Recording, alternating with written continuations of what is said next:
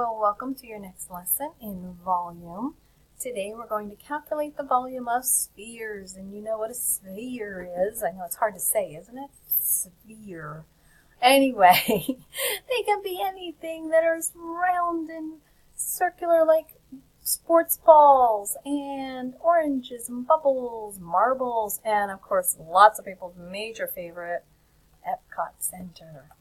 So, we're going to first, before we get on to spheres, I want to talk about the last lesson on cylinders because I gave you a challenge question at the end of that. And I wanted to talk about how to do the problem in case you were lost on that. Remember in our formula for cylinders, we have an r squared. R means radius. And a radius goes from the center, I can make a dot there, there we go. The center of a circle, or in our case, this case, our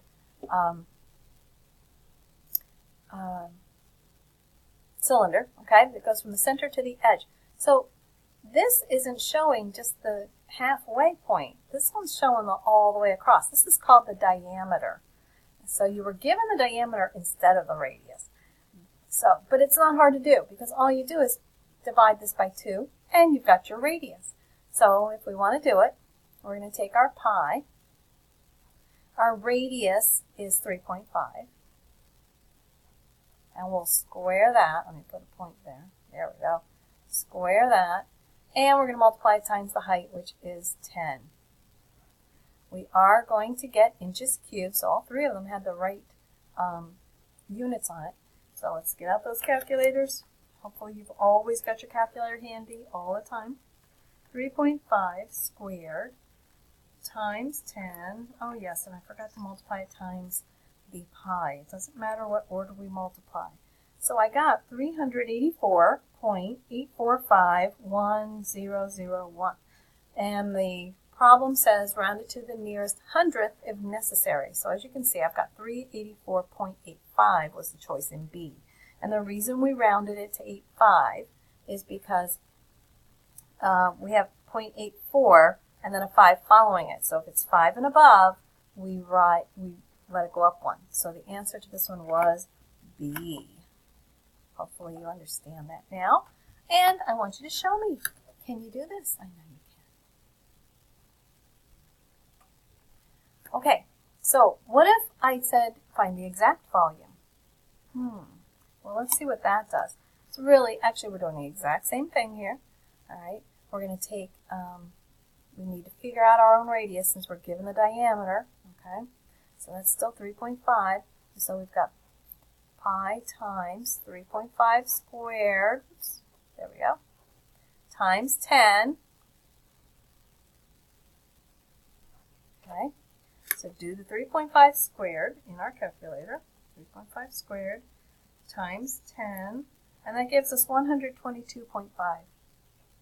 122.5 pi. We're going to switch the order because that's just the more proper way to represent it. And our units were in inches, so that's inches cubed.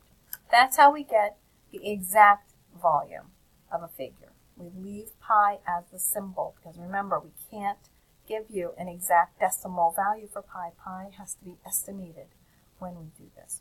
So now, of course, your turn. Show me the exact volume for our cylinder. Okay, so now we've done cylinders, we've done rectangular prisms and cubes. Now we're moving on to spheres. Oh boy, it's not that hard really. And be lucky, or be happy. You're lucky, guys. You don't have to memorize all of these formulas. Ooh. Okay, you just have to know how to use them because I am going to give them to you on a help sheet. In fact, there is one ready for you now. So go there and get them. So anyway, when we did the volume of a cylinder, it was pi r squared h, meaning we use the radius, we use the height, and we use pi. Now what we're using is we're still using the radius. We don't need an h this time because this is a sphere. It's not tall. It's kind of like going in all directions at once, right? But we've got this wonderful little fraction in here which really, not that hard, really. you know how to use the fraction button on your calculator, so it won't be a big deal. Well, let's see how we do this. This is our radius. We're going to plug that in, and let me just copy it to show you where we're plugging things in. We've got 4/3, and that's multiplied times pi. That is a multiplication, not a minus. There we go.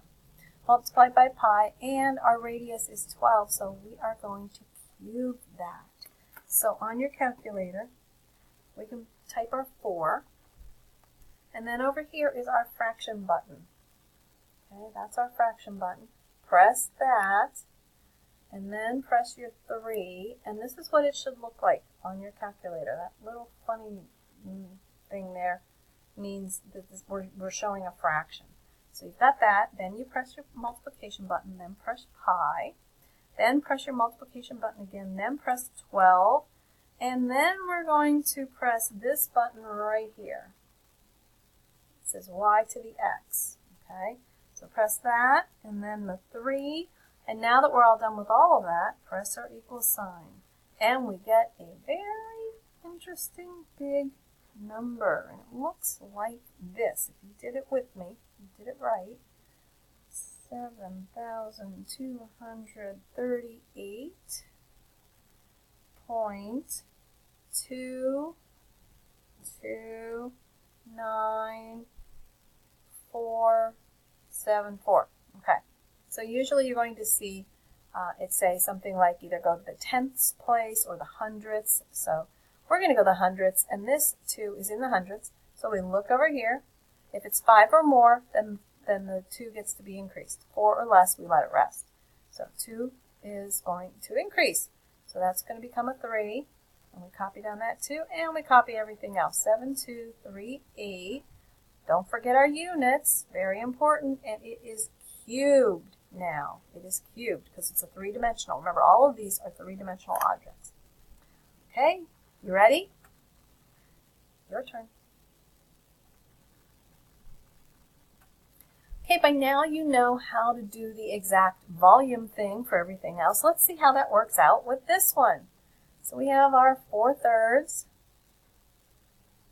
pi. R cubed is, again, 12 cubed. Okay. We are not going to type in our pi this time. We're going to leave pi out here. So it's going to be pi. It'll be feet cubed. And now we can just do our numbers, okay? So you can do your 4/3. Multiply that times 12 cubed. And I got a nice round number of 2,304. There you go. So now that's the exact volume of that sphere. Your turn. See if you can figure this one out. Oh, and by the way, I'm getting tricky again, so be careful.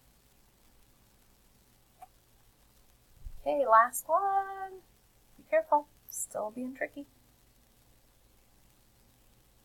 Well, there you go.